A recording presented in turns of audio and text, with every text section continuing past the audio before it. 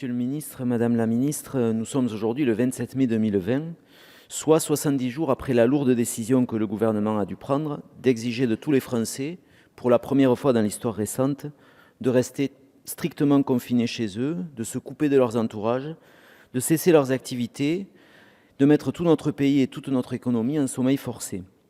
Cet arbitrage était indispensable car l'épidémie de Covid frappait la France de manière fulgurante, se propageait à la vitesse de l'éclair et décimait des milliers de nos compatriotes, tout en mettant sous une pression terrible nos soignants, nos personnels paramédicaux, les aidants et tout le système de santé.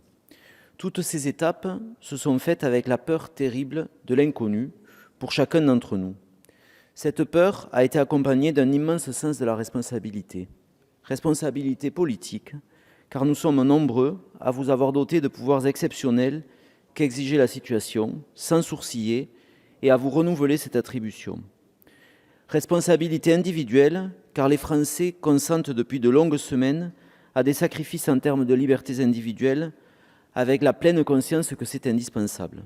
Et responsabilité collective, car les choix opérés, en matière économique notamment, sont et seront très lourds de conséquences et qu'il nous faudra les assumer. À ce jour, plusieurs moyens de protection sont à l'œuvre sur le plan sanitaire. Le port du masque, qui a suscité tant d'atermoiements, surtout parce que l'impréparation de notre pays en a privé un grand nombre de Français pendant très longtemps.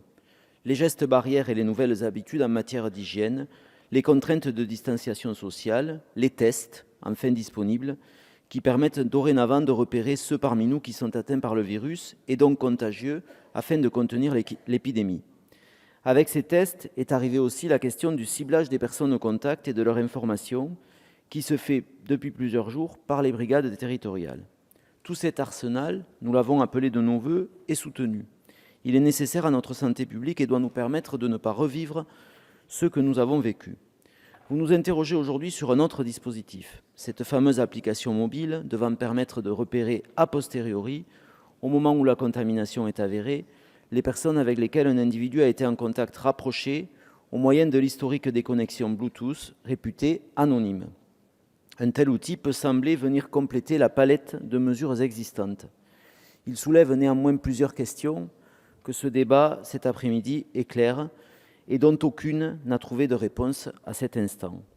D'abord sur le plan technologique, Monsieur le ministre Au, vous me répondiez hier encore en commission des lois que l'applicatif proposé serait compatible avec environ 80% des modèles de téléphone, à l'exclusion des plus anciens et des plus rudimentaires qui ne disposent pas de la technologie Bluetooth. Cette technologie elle-même présente d'ailleurs beaucoup de limites, notamment en termes de précision de la distance par rapport aux autres terminaux, ce qui rend son utilisation à des fins sanitaires plus que discutable. Sur le plan du déploiement ensuite, deux aspects sont source de questionnement. Comment mesurer l'efficacité potentielle d'un tel outil dès lors qu'il sera nécessairement facultatif dans son usage, sélectif du fait de son incompatibilité avec certains terminaux, sélectif aussi puisque un grand nombre de Français n'y auront tout simplement pas accès, soit parce qu'ils n'ont pas le bon appareil, soit parce qu'ils n'ont pas d'appareil du tout, ou qu'ils sont en zone blanche, et imparfait de par la technologie choisie.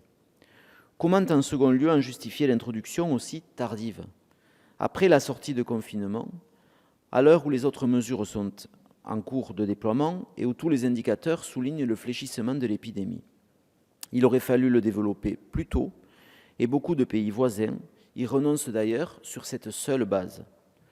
Sur le plan éthique, enfin, il paraît plus que difficile, en dépit de l'avis de la CNIL, et je trouve qu'à cet égard, les débats cet après-midi illustrent particulièrement bien les zones d'ombre qui persistent, d'avoir de réelles assurances sur le respect des garanties individuelles, sur le respect de l'anonymat, sur le respect du droit à l'oubli et de l'effacement des données une fois leur usage achevé. Pour toutes ces raisons, et comme d'autres parlementaires ici présents après y avoir longuement réfléchi, je ne pense pas que le Stop Covid pourra apporter un réel plus à notre volonté conjointe de lutter contre la pandémie.